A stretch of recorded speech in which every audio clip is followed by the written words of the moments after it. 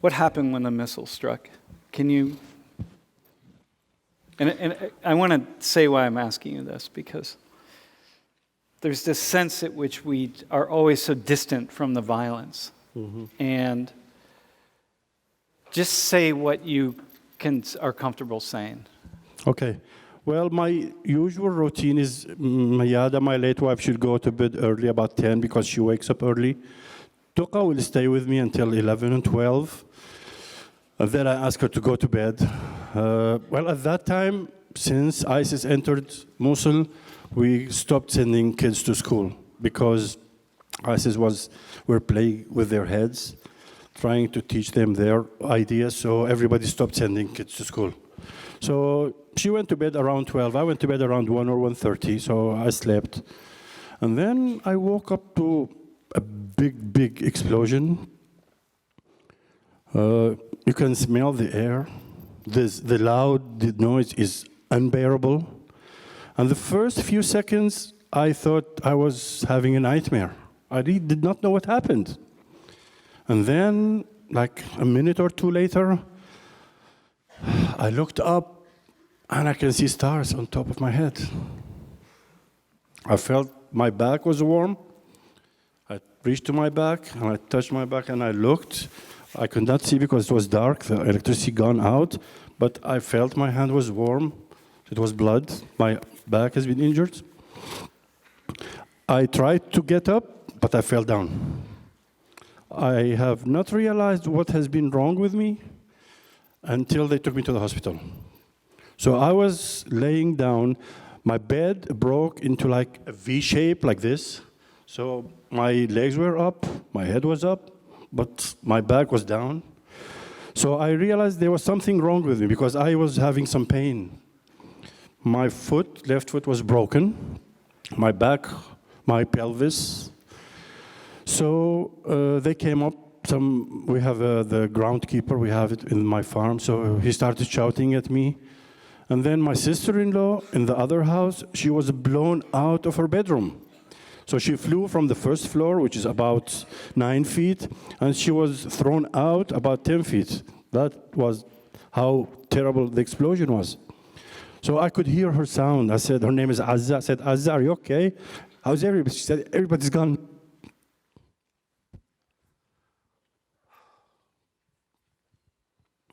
So the guy who works for us, his name is Saad, he said, Ammo Basim, his uncle Basim.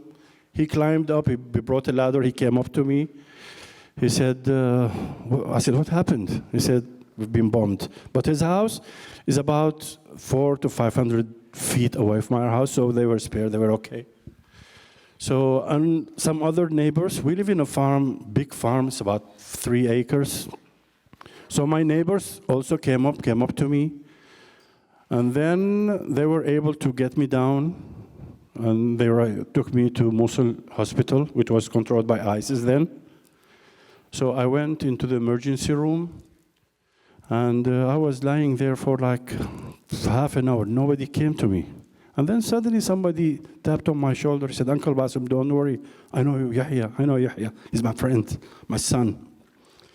He said, I have to take you to get you some x-rays. So they took x-rays. They put my foot in cast. For my broken hip, they could not do anything. There was nothing in Mosul General Hospital anymore, no facilities, no doctors. Everybody fled Mosul when ISIS came in. So I said, well, if there's nothing you can do for me, I would like to go home because I feel safer when I'm at home. So they took me home at about 1 p.m. And when did you know that Mayada was dead? About 11. Well, I was still at the hospital. Yeah. My brother-in-law came in. I said, tell me what happened. He said, well, Mayada, Tuqa, Muhammad, Najib are dead. I feel like I'm back when we first talked. Yeah. And I remember when I signed off to you, all I said was, I give you a virtual hug, my friend. Yeah. Yeah. Let me just give you the real hug. You're going to make me cry. I don't want to cry in front of them. No, it's okay. What did the Americans say? Well, remember your friend. She got in contact with the State Department. Mm-hmm. And I was in Turkey for 3 months for my operation. And around November, I got a message on Viber. They say, Mr. Razzo, we are the American embassy in Baghdad. We would like to talk to you. That's after your friend contacted the state. So to explain, I was, Lori and I had a former student who worked for us who was had risen up pretty high in the State Department. So I was able to contact her, and she trusted my word to call Baghdad, and they called Basim. So I was in Turkey until my final checkup on December 26th. That's when the first time I walked. I went to the hospital. So I was walking on walkers for about 2 months. In February, when I was able to move a little bit, I contacted the American embassy, and I said, well, I'm in Baghdad. I can come in now. They said, okay. They made an appointment for me. They sent me security permission to enter the embassy. So I gathered the report, and I went into the embassy. And they met me, and they said, well, what can we do for you? I said, well, just read this. So I sat down for like 15 minutes. They read it. She went to the American consular. He told her, well, the first thing we have to do is we have to do a verification check that American airplanes did this, not somebody else, because coalition has many countries. So she said, well, we will send it to the DOD for verification. And then there was nothing. Complete silence. I emailed again, and then I received an email. She said, email box full. I said, come on. How can an email be full for an embassy? It's impossible. And that's when Azmat came in. Yeah, the reporter who wrote the article, The Uncounted. They were going for your house. They meant to blow up your house. My house was labeled as a bomb manufacturing facility. Both houses. So they were after the houses. So there was no mistake in bombing the houses. Yeah. Just faulty intelligence. Faulty intelligence. That's what they admitted later. They said, yes, we have an aerial photography of your premises for an hour and a half, for 15 minutes intervals. And a decision was made that this was an ISIS facility. But later, they posted the video of the bombing of my house on YouTube, but then it was removed. And then when Azmat went to the airbase, the aerial surveillance video has been also removed. Yeah. But they admitted. They said, yes, we bombed, but we made a mistake. And in the end, they offered you... You're the only person who's received... I am the only person in Iraq and Syria who was able to reach them, to have a dialogue with them, and to have his case reviewed. They admitted it was a mistake, and then they asked for a meeting with me. They came to Erbil, and they offered me the scholarship payment, which was not... it was their way of saying, we are sorry, we made a mistake. Yeah. And you rejected the payment? I rejected the money, yes. The cost for a life is $2,000.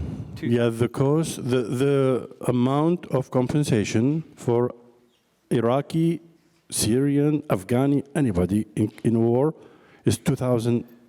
So if we accidentally kill somebody? $2,000. So your wife and your daughter, your brother and your nephew are worth... No, the payment they made was only for my wife and my daughter. Oh. They were very generous with me. They paid me $15,000.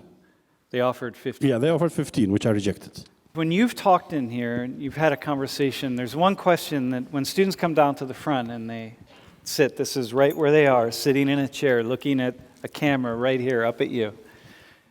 The question that they have each time have started out with is, how you are not angry?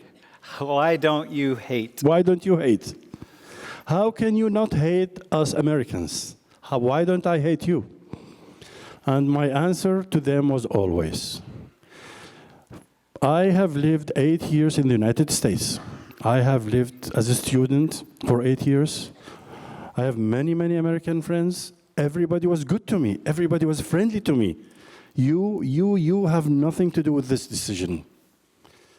All of you here have no say in what's happening. It's the higher level who I am upset with. But everybody in this room, you have nothing to do with this. You have no fault in doing. You don't have a choice.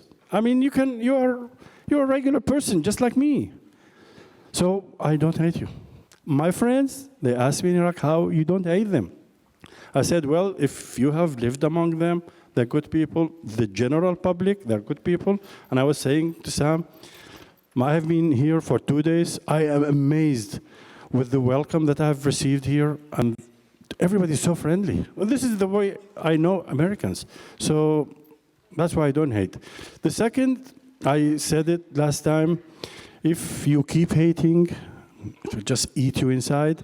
You'll be upset all the time. You'll be angry all the time.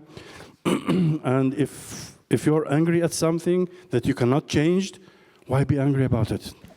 I do want to not let us off the hook in the following sense, right? I know that I'm not responsible for what's happening in the White House and so on, but I have a responsibility to understand what's going on, to address other people in ways, to help educate other people, to educate myself, to know, to learn, to not be prejudiced and discriminatory, to learn, just like taking your words and applying them to my life and moving forward when I meet people and so on. There is a responsibility. And I think that it's not just in the U.S., it's also in Iraq, it's in lots of places where sometimes we live in this bubble, in this shield of ignorance a lot. And we willfully don't want to know and don't want to grow. And I think that that's where everybody has a responsibility in that sense.